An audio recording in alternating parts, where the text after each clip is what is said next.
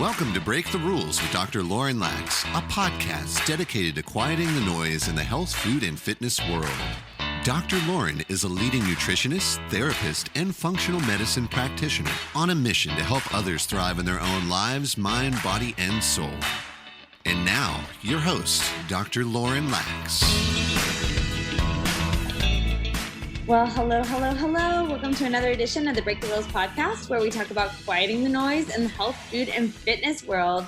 And today, I'm super honored to have Dr. Joan Rosenberg on the show today. And Dr. Joan is a trained psychologist who has developed a technique called emotional mastery, the only systemized emotional training and conditioning approach that teaches laypersons and mental health clinicians alike how to foster unwavering emotional strength, self-confidence, and self-esteem. And today we're going to have a really deep, good conversation about wrestling with and dealing too with your inner critic, that inner mean girl that I talk often about with my clients as well, from an emotional mastery perspective. And so Dr. Rosenberg, Dr. Joan, thanks for coming on the show. And if you could give us a little bit more background about who you are and what got you doing the work you're doing in the world. I'm a licensed psychologist, and I wrote a book recently that came out a year ago called 90 Seconds to a Life You Love, which kind of captures the whole emotional mastery approach you mentioned.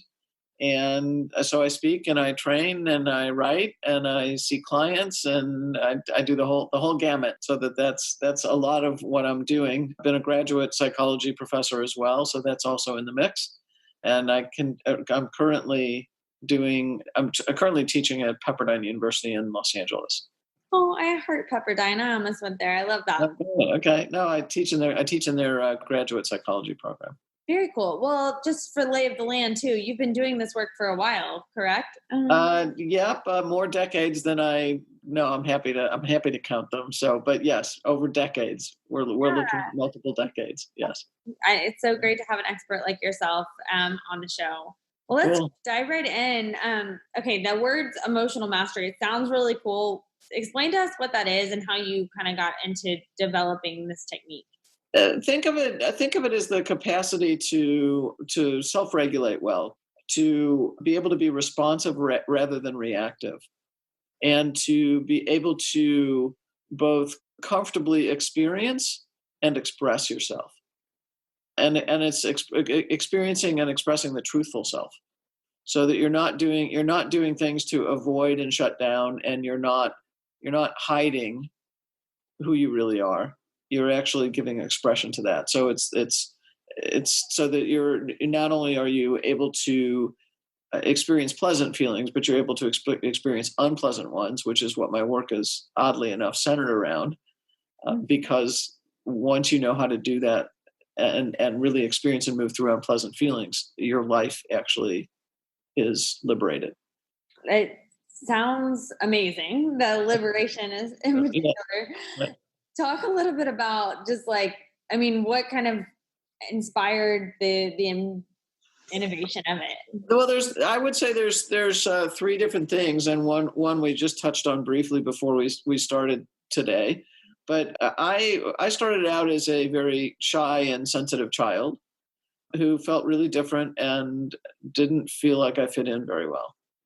Probably it's the story of many, but that lasted a long time. And I was also bullied during childhood and into my adolescence. What ended up happening early on in life was that I wrestled with confidence, and it was like I would see all my peers off to one side and they're laughing and like they belonged, and it's like I didn't have that confidence. So the first question that kind of percolated for me is, how is it that someone develops confidence? And then as I got into my professional life, a second question emerged. And as I started to work with clients, the question was, what made it so difficult for people to handle unpleasant feelings? It turns out that the answer to the second question is actually the answer to the first question, or a foundational answer to the first question. So that being able to experience and move through unpleasant feelings is the foundational piece to developing confidence. And in my work, I was actually at UCLA as a staff psychologist, and I was working with men and women who struggled with eating challenges. So eating disorders, either eating disorders or disordered eating. Mm-hmm. So whether it was not eating enough, whether it was eating too much, whether it was binge eating, all that kind of stuff. And what ended up happening is during that time, I drew a diagram which became a blueprint for how I work. And it actually became the blueprint for this whole emotional mastery approach. So it emerged out of my work with people who struggled with the eating, because I recognized pretty early on, and the literature was beginning to talk about it at that time too, is that what I would say to the people that came in is that they were focused on food, weight, and appearance. To me, those were the distractions. Mm-hmm. That the real challenges were with how they handled their thoughts, feelings, needs, and perceptions. So that what I would say is that the focus of the problem was on the wrong issue. 100%. We often say it's not about the food, not about the exercise. For an individual going through an eating disorder, though, it's really hard to not believe that. When I know I disclosed to you before, I struggled myself with eating disorders for a very long time, and my audience does as well, or has had that history. And for me, it seemed like it was about the food. So I was not able to tap into something. What do you find within like that population? We're talking both eating disorders and disordered eating, like just a hyper focus on food or body. What are some of the themes that you found in your work with patients that they were struggling with? Like what the real issue was? Like, was it for control, lack of feeling like enough? Well, I have a whole different view of control too. So when I think about somebody who's engaged in control or talks about being a control freak or that kind of thing, for me, I define the efforts at control as efforts actually at preventing feeling. Mm-hmm. So there's a desire to want to control what my experience is going to be. And so it's an effort at prevent. And the way I think about control is that it's an effort to prevent feeling. Kind of like a survival mechanism in a way. Well, it appears to be a survival mechanism, but it's actually working in reverse. When we prevent feeling, we're actually leaving ourselves more vulnerable, not less. Mm-hmm. And even though the impression is that we'll be less vulnerable if we try to shut down on experience. But the truth is that the reason it's tied to, my work is centered around 8 unpleasant feelings and our ability to kind of experience and move through those. And the truth is that when the reason those feelings exist for us are for protective purposes. So that an unpleasant feeling exists to help protect us. So if we shut down on that unpleasant feeling, then what ends up happening is that we are shutting down on the very thing that's designed to protect us. And as a result, like I said, we then feel more vulnerable, not less, and more out of control as opposed to more in control. It's when we actually can experience and move through the feelings that we have that greater sense of control. Let's kind of dive into those. What are the 8 common those feelings? The ones that I center my work around are sadness. So their feelings are feeling states: sadness, shame, helplessness, anger, vulnerability, embarrassment, disappointment, and frustration. Okay. And so those are feelings that we're not all people are able to tap into always, or to be aware. The first question is kind of why those 8, and it's why those 8 because they're the most, in my mind, they're the most common everyday spontaneous reactions to things not turning out the way that we perceive we need or the way we want. Mm-hmm. So it's the everydayness of these reactions, of these feeling reactions or feeling outcomes, that are really what make it people just really want to back away from experiencing. Yeah. Talk a little bit about what you found in your work. Like, what would backing away from it, like, how would that exude or come out? Well, that's everything. So the focus on food, weight, and appearance is, those are 3 different distractions, right? Or social media or screens, or for men more than women, it's sex or pornography. could be drugs or alcohol. It could be having feelings about having feelings. Mm-hmm. So feeling sad that I'm angry or feeling angry that I'm disappointed could also be distractions. So I think in the book, there's an entire chapter devoted to helping people identify the things that keep them kind of avoiding and checked out. Yeah. So much, right? So the whole focus then in terms of understanding kind of what makes it difficult for us to deal with unpleasant feelings, I described in kind of a formula. And the formula is 1 choice, 8 feelings, 90 seconds. And so the 1 choice is choosing into awareness as opposed to all these distractors or the things that I just mentioned, as opposed to avoidance. So I want somebody to be as aware of and in touch with their moment-to-moment, as much of their moment-to-moment experience as possible, Mm-hmm. and that they move away from all the different things that help them avoid, which I just named. Yeah, that kind of brings to mind, I remember when I was going through eating disorder treatment in an inpatient center, I was kind of being forced to face like food fears or like not acting, etc. But I began turning a lot of my energy into like shopping online and ordering a bunch of clothes. And that kind of became its own addiction of its own, or like, Yep. yeah, stocking up on things or like Right, right, overbuying right. and things. And that's all distraction. Mm-hmm. Right. So that's the 1 choice, the 8 feelings I named. And then the 90 seconds has to do with answering the question about what makes it difficult to actually experience the feeling. And it turns out that most of us come to know what we're feeling emotionally through bodily sensation. So think of the heat coming up into the chest, into the neck, and into the face when someone's embarrassed. Mm-hmm. So the bodily sensation is the heat. Someone else might see the redness, but you, as the individual experiencing it, will feel the heat. And so through the neuroscience, in some of the neuroscience findings that started to be described in the early 2000s, the 2 really important elements that came out of that, or that I put together to focus on this approach, has to do with understanding that, again, that we come to know what we're feeling emotionally through bodily sensation. And the second is that these bodily sensations are actually short-lived. And Dr. Jill Bolte Taylor, in her book, My Stroke of Insight, talks about, makes the observation, if you will, that when a feeling gets triggered, that there's this rush of biochemicals into the bloodstream that activate those bodily sensations I was talking about, and they flush out of the bloodstream in roughly 90 seconds. So the key to be able to experience and move through unpleasant feelings has to do with your willingness to stay present to short-lived bodily sensations and to kind of ride the waves, those bodily sensation waves.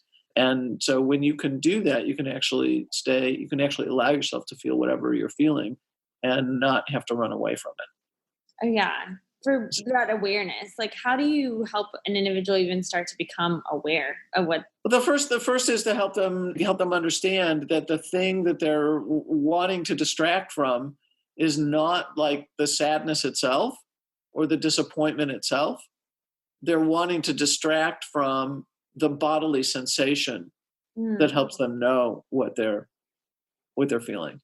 And so that for me was kind of the big turning point. It was like, oh, it's not that we don't want to feel what we feel. I think we want to feel the whole range of what we feel, because that brings us a sense of aliveness. Mm-hmm. That is what defines our aliveness, is our capacity to kind of experience those feelings, and even more alive when we can express them. But what prevents us then is that we don't want to feel the bodily sensation. And that's what we're trying to run away from and distract from. So the key to awareness is really helping someone first understand that the thing that they want to stay away from is the bodily sensation that helps them know what they're feeling. So I guess like that kind of brings to mind the question, like the common, I feel fat or I don't want to feel fat. Like that is a common statement in like the disordered eating recovery or for women in general. That's easy. That's really easy. I don't know of a feeling fat. Mm-hmm. I don't think fat is a feeling. I also don't believe unworthiness is a feeling. I also don't believe inadequacy is a feeling. These are judgments. Mm-hmm. So when somebody says, I don't want to feel fat, what they're not wanting to feel is whatever the feeling is that's underneath that. So probably they don't want to feel embarrassed Mm-hmm. that they're the size that they are, but they're describing it as fat, but fat is the judgment. It is not the feeling. Or even like I would find with clients saying like, I don't want to feel fat, I don't want to feel heavy, meaning I don't want to feel like the weight of all these emotions in my head and heart. Like that heaviness was more like stress on their body, their psyche, than actually, yeah. And so if I were engaged in working with that person, I would probably take that word away from them, right, and ask them to actually be much more specific about what they're really talking about, what they're really thinking, and what they're really feeling. So it could be embarrassment about in quotes the weight of all the feelings, and then I would want to know what the feelings are. Great. So once you've kind of like, you've done the 90 seconds, you've addressed or understood one of the 8 feelings. Right. And it's one or more waves. I want to make clear it's one or more waves of feelings. It's not just one wave. You're stuck on one wave and that's it.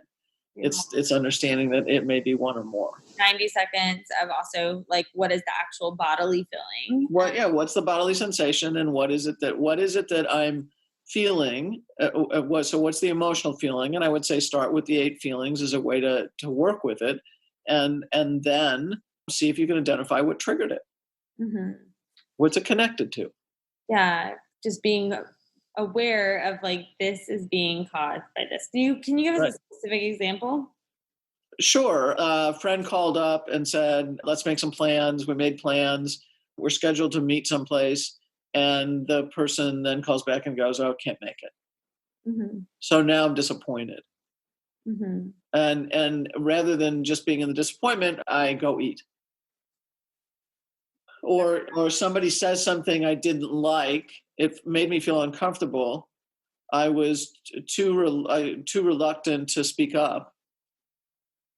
And so as opposed to speaking up and dealing with the real feeling that's going on, I go eat. So that's the go-to action. Yeah. And then the awareness through your process would allow that person to realize like, this is what happened and kind of stop or prevent that. Right. They stop right there. They just, it's like, all right, what's really going on? All right, I'm upset. What's really going on? What's the feeling that's present? What triggered it? Mm-hmm. What do I want to do about it? Yeah. And that's kind of the mastery then, the emotional mastery right there. In your work, and I'm sure it doesn't come overnight. No, it does not. This takes practice over time. So understand that I think of it as a skill to be able to develop that level of awareness and insight into our own being. So I think it takes practice over time. And I also think communication is a skill and takes practice over time. So you're not going to be an overnight success at it. And I think it's an everyday practice. I still have to practice it. Mm-hmm. I've been at it for 25 plus years, but I still have to practice it. So it's daily practice. Yeah. It's kind of, it's a mental workout a little bit to do that. Absolutely. Yeah. Let's talk a little bit about using this technique in relation to the inner critic, which is a common foe for many of us. Right. Well, what's interesting to me is that as much as thinking or trash talking, thinking negative thoughts, using negative talk, the inner critic, whatever you want to call it, harsh self-criticism, as much as that is a problem, I actually don't look at it as a problem. I look at it as a distraction. Mm-hmm. So for me, anytime someone shifts to negative self-talk or using that inner critic, my belief is that they are avoiding unpleasant feelings. Mm-hmm. So I think of negative self-talk as a distraction and a thought hijack of unpleasant feelings. So we just start kind of like pointing it on ourselves when there's actually something else going on. Yeah. So let me give you a very quick example. I was doing an interview. This was last year sometime, and I was waiting to do the interview, kind of in this same kind of format, Zoom format. And the person on the other side was having difficulty. I could hear him. He could not hear me. Mm-hmm. So for a couple minutes, he was struggling up and down. I could see him bouncing underneath the desk, up and down to try to fix this problem. And then at one point, we're now 2 or 3 minutes into this, which would seem like a long time to somebody could seem like a long time waiting. I was totally fine. So I was chill. There was nothing happening on my end. And out of his mouth, I hear him go, "I'm so embarrassed." And then the next beat was, "I'm such an idiot. I'm so stupid." Mm. So just that quickly, it went from the experience of embarrassment to this harsh self-criticism. Yeah, like a very quick distraction or diversion. Quick distraction. Now he was away from the embarrassment, and now he's into the judgment. But I will tell you that the unpleasant feelings are not equivalent to harsh self-criticism. Mm-hmm. Harsh self-criticism, or that inner critic, is exponentially damaging to our psyches. Yeah, the damaging, do you just see it, like it becomes very fixed, the mindset, like it's just really hard to get out of that? Well, it's not hard to get out of it. No, well, tell us. No, it's not hard to get out of it. The moment somebody listens to this, they could totally change what they're doing with harsh self-criticism. So if you really get the concept, Mm-hmm. then what ends up happening, it's like, okay, every time I hear myself, every time I catch myself at being harshly self-critical and using that inner critic, then I have to stop, kind of pause, take a beat, and reflect and go, what was happening right before this that felt unpleasant to me and felt harder to think, feel, bear, or know? Mm-hmm. And then you move towards that and you drop the criticism. So the criticism becomes if you're familiar with railroad crossings, your criticism are the red lights and the arm going down and the bells and whistles and sounds to alert you to take a step back, go in reverse, and figure out what it was that triggered your reaction and triggered the inner critic to go off, and instead to pay attention to what was hard for you to think, feel, bear, or know. What if it's that just daily routine of that inner critic, that it's like every morning they wake up, like look in the mirror, like, ugh, that feeling, or it's just like The ugh is not a feeling; it's a judgment. that judgment. The first step is catching that. The first step is understanding the ugh is not a feeling. The ugh is a judgment. Mm-hmm. So then I might ask the question: what is the prompt for you to judge yourself in the morning every day? What's that about, or what's underneath that judgment that feels harder for you to pay attention to? And what if they're just like, it's just how I feel about myself. It's not how you feel about yourself; it's how you think about yourself. Right. So then, where did those thoughts get planted, basically? Well, so then you can start down a whole different track. But now you're actually dealing with the problem, and you're not continuing to perpetuate Mm-hmm. the negative self-talk. How do you help someone build that muscle throughout the day? Because I've heard, you may know the statistics more than I, but like 80% of our thoughts are either repeat or negative thoughts. So there's a lot of negative bias in our mind. And there's a negative bias in general because the brain is out to help us survive. Mm-hmm. So there's just a standard negative bias for that reason. But we have to override that. And so perhaps quite a bit of it is that I just feel vulnerable, right? And I don't want to, so I'll use this negative self-talk or this inner critic, this trash talk, so that I don't have to feel vulnerable, or so that I might also think of it as so that I'll preemptively try to have mastery over a feeling before it's occurred. So I'll be disappointed now, and I'll feel it about myself, so that if somebody says something unpleasant to me, then I've already got it handled. I already did it to myself. Gotcha. So it's practice. It's the same thing we were talking about before. You have to want to notice, and you have to want to shift and no longer be that way. Like I said, it's exponentially to use that inner critic is exponentially more damaging to the soul. And so I'm so adamant about wanting people to shift that. And so this becomes a critical thing, but you've got to work with it. You have to practice with it, practice doing it, practice catching yourself. Like I said, take a pause, take a beat, stop and reflect. Where did it come from? What's this connected to? And what am I really feeling? Mm-hmm. Like I said, anything that smacks of judgment is not a feeling. So is not a feeling. Feeling fat is not a feeling. Unworthiness is not a feeling.